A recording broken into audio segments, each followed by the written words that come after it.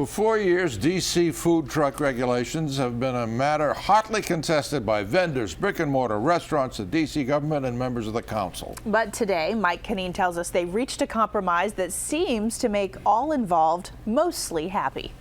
The ayes have it unanimously. The D.C. Council has passed emergency legislation amending proposed food truck regulations. I think they've been tackling this for years, for at least 2 decades, and we're finally at the point where we can bring it all together. Brick and mortar restaurants have long complained that food trucks set up anywhere they want, eating into their business. There's been faithful people, but there's also been people that have been leaving. But when the district released regulations restricting where mobile vendors could operate, the food truck industry called them unfair. To follow this rule, we're going to be lose a lot, our business, you know. In a compromise, the D.C. Council will allow food trucks to park along any sidewalk in the city that has at least 6 feet of unobstructed space. A previous proposal called for at least 10 feet.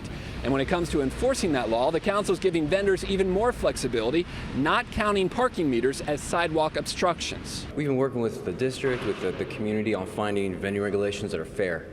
And we think that today we arrived at a fair compromise. An amendment by Councilmember Tommy Wells also reduced the fine amount for food trucks that expired parking meters to $50 instead of the proposed $2,000 fine. For a business that, certainly barely has that kind of operational margin is ridiculous. It's almost intended to prevent food trucks from being able to operate. The legislation now goes to Mayor Gray for his signature. His spokesperson says the mayor is currently reviewing the changes to the regulations. In Northwest, Mike Canine, ABC 7 News.